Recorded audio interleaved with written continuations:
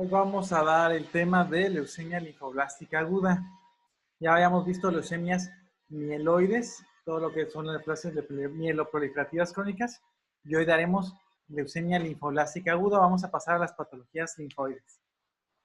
Como definición, lo vamos a definir como una enfermedad neoplásica, o sea que es un cáncer que se va a originar de una progenitor, o sea, una célula madre pluripotencial de linfocitos B o T, que va a tener proliferación, que va a resultar en supresión de otra hematopoiesis, que va a generar anemia, trombocitopenia y neutropenia. Muy parecido a lo que dijimos en la leucemia mieloide, va a haber un incremento en una sola zona, que es la que produce linfocitos, y va a ocupar el espacio de la médula ósea que normalmente producían los eritrocitos, que normalmente producían las plaquetas y que normalmente producían los neutrófilos. Es la malignidad más común en niños. Tiene tendencia a acumulación en varios sitios extramedulares, como el sistema nervioso central, en testículos, timo, vaso, hígado y ganglios linfáticos. O sea, tiene que infiltrar muchas partes, sobre todo las que son linfoides, como ganglios y vaso, que sería como muy clásico, pero también infiltra otras partes de nuestro cuerpo, muy importante, el sistema nervioso central y en hombres, los testículos. Tenemos un linfoma linfoblástico, que es el que tiene menos del 20% de blastos en médula ósea, pero en el ganglio encontramos blastos linfoides, a eso lo llamamos nosotros un linfoma linfoblástico. Factores de riesgo muy parecidos a todo lo que hemos mencionado que puede generar riesgo de patologías hematológicas en general y cáncer en general, que son algunas enfermedades hereditarias como el síndrome de Down, la enfermedad de taxi-telangiectasia, el síndrome de Bloom, pero también hay ambientales como la radiación, un incremento de esas enfermedades en los sobrevivientes a las bombas atómicas de Japón y también al uso de pesticidas. Nosotros tenemos un incremento en Chiapas porque hay mucha agricultura. Patogenia, vamos a ver que hay una acumulación de mutaciones, que son mutaciones de novo, no van a ser mutaciones heredadas, que van a llevar a la pérdida de función de un gen supresor tumoral. Como se pierde esa función de supresión tumoral, lo que lleva es a una supervivencia mayor de ese progenitor linfoide y a la leucemia. Se cree que el primer gen que va a mutar para esas leucemias linfoblásticas va a ser el PAC5. Y hay otros genes que también van a verse mutados, como el de los dedos de zinc, que es el IKZF1.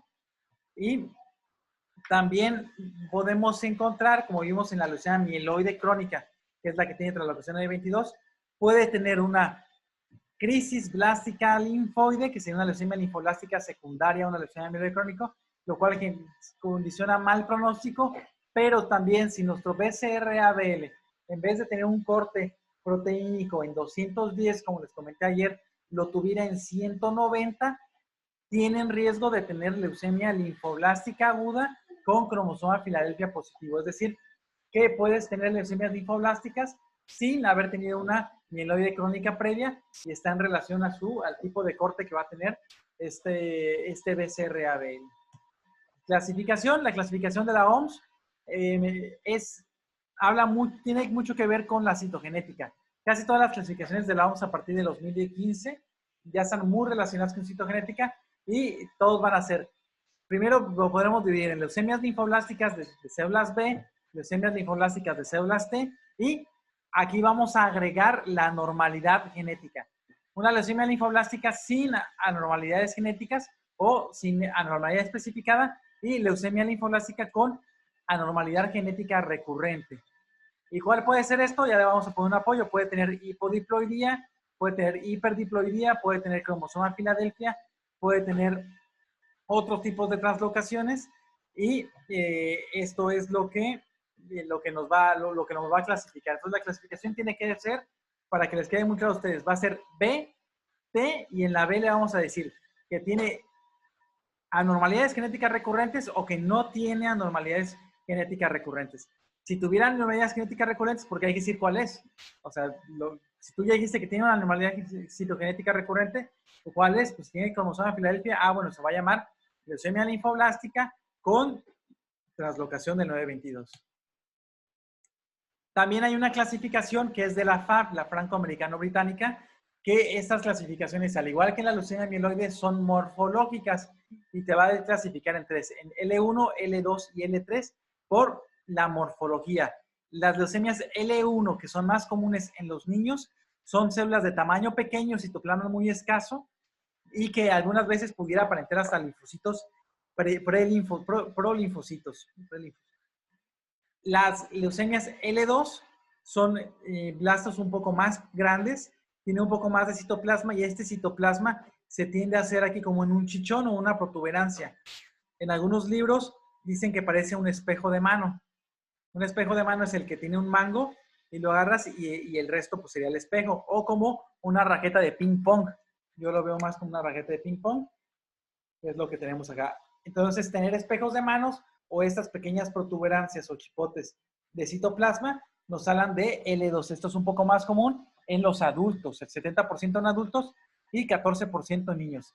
El L1, el 85% es en niños. ¿Ok?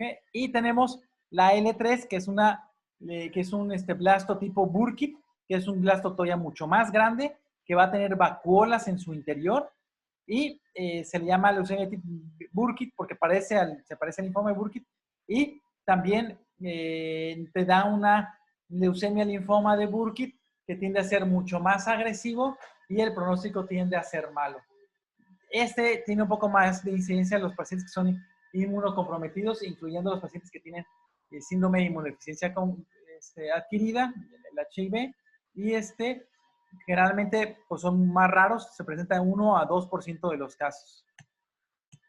La clínica, pues vamos a tener síntomas generales o síntomas insidiosos, que vas como a ser la fiebre, que puede ser secundaria a la neutropenia, o cuando tenemos carga tumoral, nosotros le llamamos una fiebre por neoplasia, que es por incremento de la terlecina 6, el factor de necrosis tumoral. Va a tener anemia, lo cual le va a generar letargia y fatiga. El 25% puede tener artralgias, dolores óseos por infiltración leucémica en el periósteo, y menos comunes la cefalea, el vómito, la oliguria y la anuria. Puede haber palidez, equimosis, petequias, sensibilidad ósea, son síntomas generales. Organomegalia es más común que en las leucemias mieloides. En la leucemia mieloides dijimos que la más común, la hiperplasia gingival, por ejemplo, y estos pacientes lo que tienen más bien es esplenomegalia.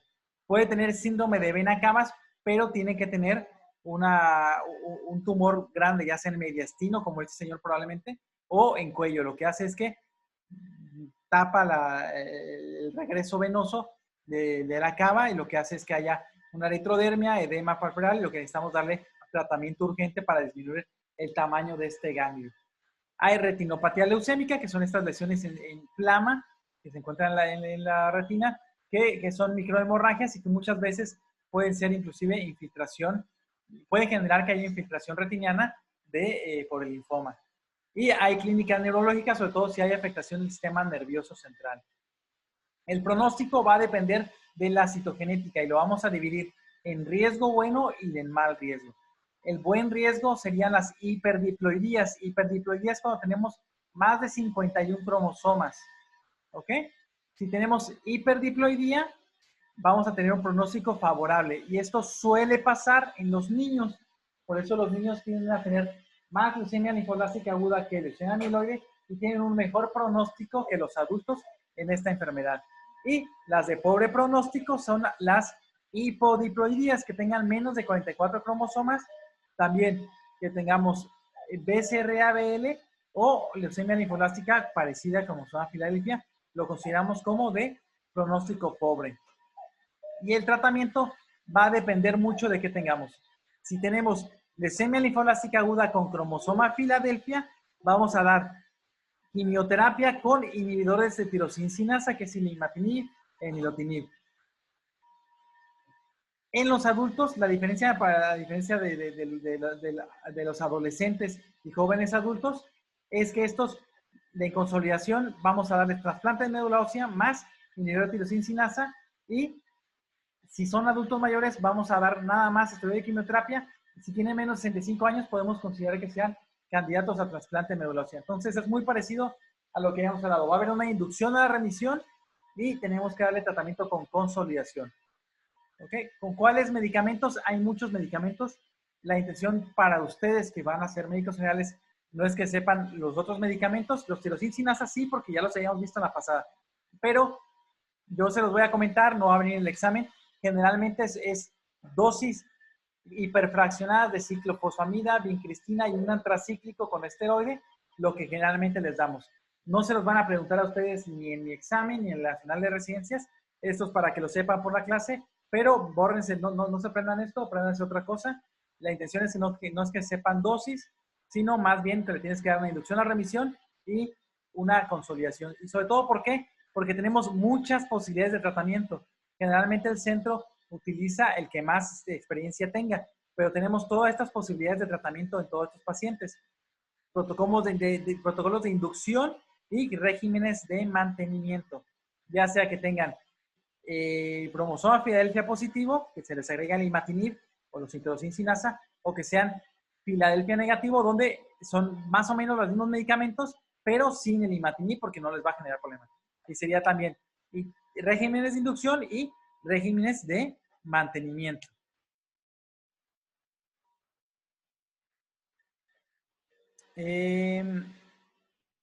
Son para los que son refractarios, les tenemos que dar otro tipo de tratamientos. Y pues esto está como muy avanzado para lo que van ustedes. Esto sería para la clase de leucemia linfoblástica aguda que teníamos pendiente. Y vamos a ir después con